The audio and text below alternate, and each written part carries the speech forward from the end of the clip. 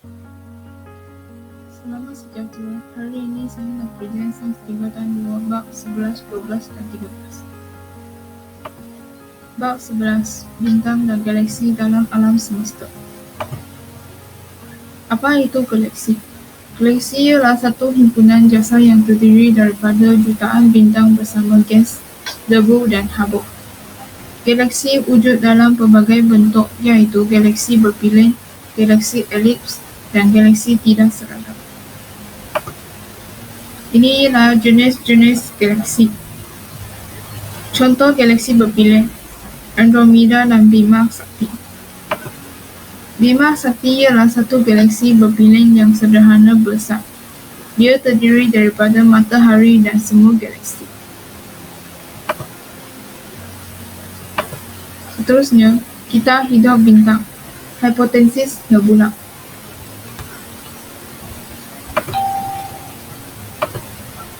Bintang dilahir daripada nebula. Nebula ialah awan besar yang terdiri daripada debu dan gas-gas seperti hidrogen dan helium. Gas-gas dan zarah debu dalam nebula ditarik oleh daya tarikan graviti yang kuat, lalu membentuk satu gumpalan.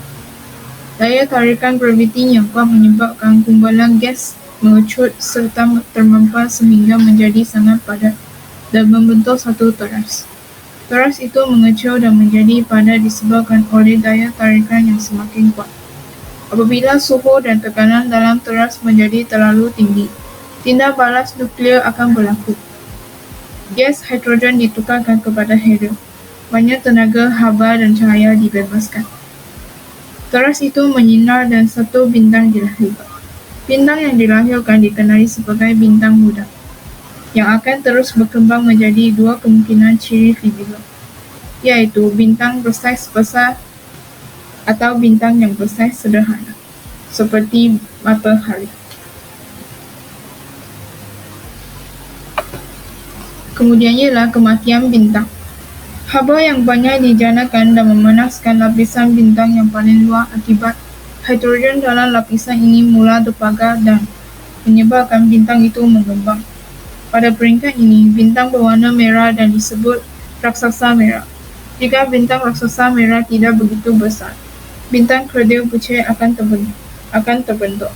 Sekiranya bintang raksasa merah sangat besar, bintang ini akan mengecut dengan cepat dan menghasilkan letupan besar yang disebut sebagai supernova. Supernova amat ceria dan boleh dilihat pada waktu siang. Akibat letupan tersebut, bintang neutron akan terbentuk. Jika bintang yang asal ialah bintang asal bersaiz besar, letupan supernova akan membentuk lohong hitam. Lohong hitam merupakan ruang yang tidak membolehkan sebarang jirim terlepas darinya, termasuklah cahaya. Kemudian ialah ciri-ciri bintang. Ciri-ciri bintang terdapat suhu, warna, saiz, kecerahan dan jarak.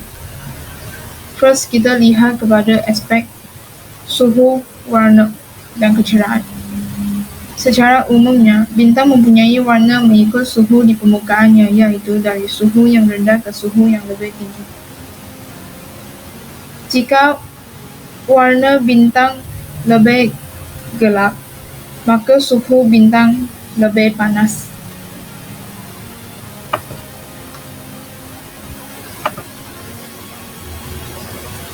Saiz dan jarak. Bintang mempunyai saiz yang berlainan, iaitu saiz yang sangat besar disebut bintang super raksasa. Bintang yang sangat besar disebut raksasa dan bintang yang sangat kecil disebut bintang kerdil. Kecerahan sesuatu bintang yang dicerak bergantung pada saiz, jarak dari bumi dan suhu permukaan bintang tersebut. Bintang yang paling cerah di langit ialah Sirius dan Vega. Kemudian ialah bab 12. Sistem Suria. Planet-planet dalam sistem Suria. Planet utara. Planet terkecil dan planet paling dekat dengan matahari. Permukaan hampir sama dengan permukaan bulan. Planet ini kelihatan gelap akibat ketiadaan atmosfer. Oleh itu, cahaya tidak dapat diserahkan. Planet Zuhrah. Planet kedua dari Matahari. Planet ini dikenali sebagai rumah hijau kerana kandungan karbon dioksida yang tinggi. Berputar dari barat ke timur. Suhu sekitar 460 Celsius. Planet Bumi. Planet ketiga dari Matahari sesuai dijadikan tempat tinggal kerana mempunyai atmosfera melindungi bumi daripada angin suria dan sinaran ultraviolet. Planet March. Planet keempat dari Matahari dikenali sebagai planet merah. Mempunyai 2 bulan iaitu Phobos dan Deimos dan keluasan 25% dan 10% jisim bumi. Planet ini dibahagikan kepada 2 kawasan iaitu kawasan cerah dan kawasan kutub. Seterusnya ialah planet misteri. Planet ini merupakan planet yang terbesar dan planet kelima dari Matahari. Jisim planet ini ialah 2 kali ganda jumlah semua planet lain. Planet ini dikatakan sebagai pelindung kepada bumi kerana daya graviti yang kuat. Planet Zuhal. Planet ke-6 dari Matahari. Planet ini mempunyai sistem tercincin yang terdiri daripada ais, kecil sepihan, batuan dan debu. 62 bulan ditemukan planet berkenaan. Saiz Titan, bulan Zuhal. Lunar Uranus. Planet ke-7 dari Matahari. Unsurnya ialah ais dan batu.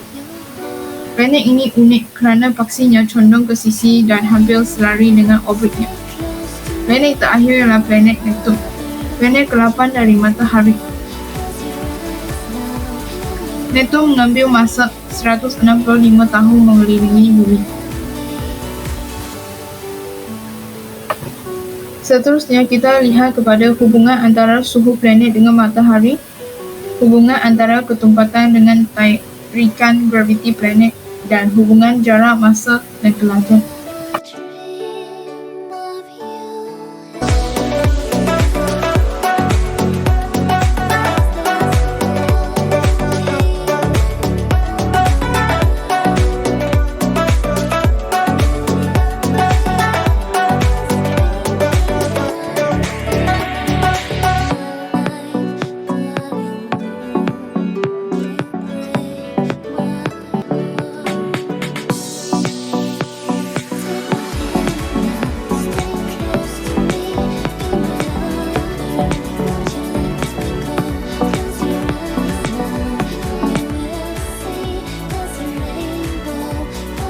Gambar ini menunjukkan hubungan antara suhu planet dengan Matahari. Oleh itu, jarak dari bumi lebih jauh, maka suhu planet itu lebih tinggi. Arah putaran planet. Semua planet putar dari barat ke timur kecuali Uranus dan Zuhal. Kedua-dua planet ini berputar dari timur ke barat. Situasi hipotetika. Jika bumi berputar perlahan atau berhenti berputar akan berlaku waktu siang dan malam yang panjang di dua bahagian bumi yang berbeza. Ketambahan kawasan gurun pada bahagian bumi yang menghadapi matahari. Waktu berlaku pasang surut air berubah. Suhu pada bahagian bumi yang tidak disinari matahari akan menjadi sangat dingin.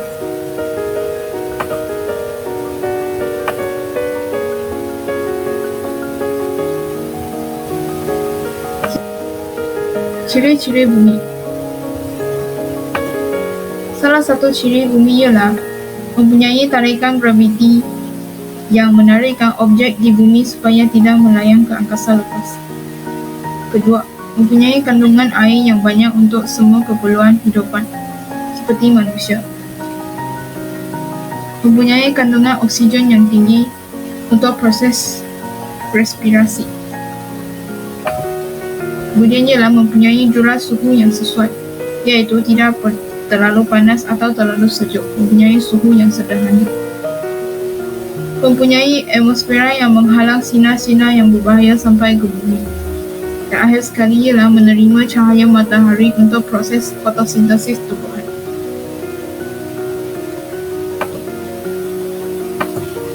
Bab yang terakhir ialah bab 13. Bab 13. Meteor, asteroid dan komet.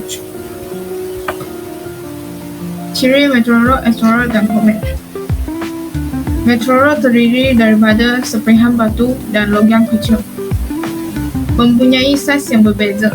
Suhu meteoroid ialah 0 Celsius. Pelajar pergerakan ialah 42 km per saat. Asteroid terdiri daripada batuan besar dan logam. Membentuk jalur asteroid di planet March dan Mustari. Komet terdiri daripada jasad kecil yang terdiri daripada campuran gas, ais dan debu. Terdapat dua bahagian utama, iaitu kepala dan ekor. Akan membentuk elips dan terbina daripada gas dan air. Pergerakan meteoroid, asteroid dan komet. First, kita lihat pergerakan meteoroid. Meteoroids, meteors, meteor showers, and meteorites. With so many similar names, it's easy to get them confused.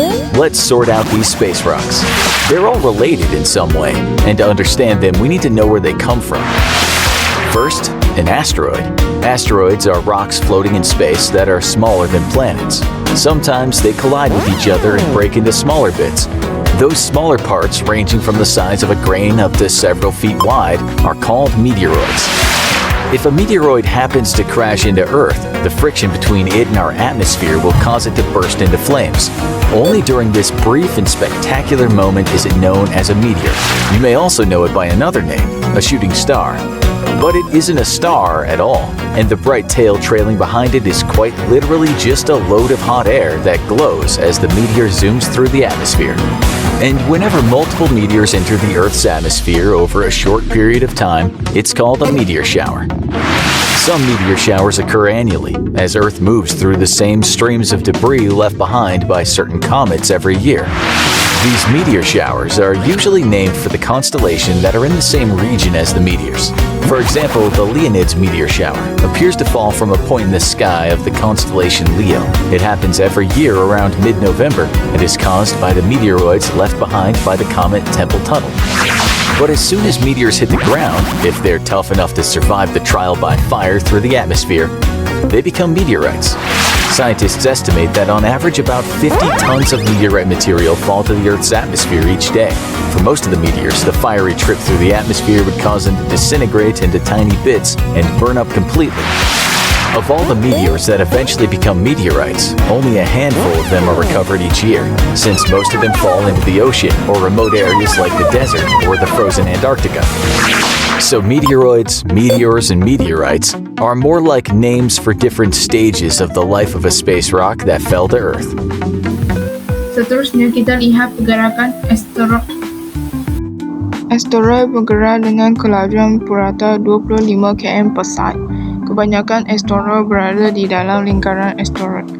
Akan tetapi, terdapat juga orbit asteroid yang berada di luar lingkaran asteroid seperti Apollo, Amor, dan Athens. Orbit-orbit yang berada di luar lingkaran asteroid ini boleh berhampiran atau bersilang dengan orbit bumi. Pelanggaran boleh berlaku antara asteroid dengan bumi pada titik persilangan atau lintasan berhampiran orbit bumi dan orbit asteroid. Pelanggaran dengan asteroid yang bersaiz besar boleh menyebabkan kemusnahan kehidupan di bumi. Dan akhir sekali kita lihat pergerakan komet. Komet bergerak pada Julai kelajuan antara 10 hingga 70 km per saat. Kebanyakan komet berasal dari lingkaran Kuiper dan awan Oort. Apabila komet menghampiri matahari, komet semakin laju mencair dan kelihatan seperti berekor panjang. Ekor komet sentiasa dalam keadaan menjauhi matahari disebabkan tiupan angin suria dari matahari. Tarikan graviti planet luar yang kuat menyebabkan komet mudah terkeluar dari orbitnya. Komet yang terkeluar dari orbit berisiko untuk berlanggar dengan bumi dalam kelajuan yang tinggi. Thank you for your watching. Bye bye.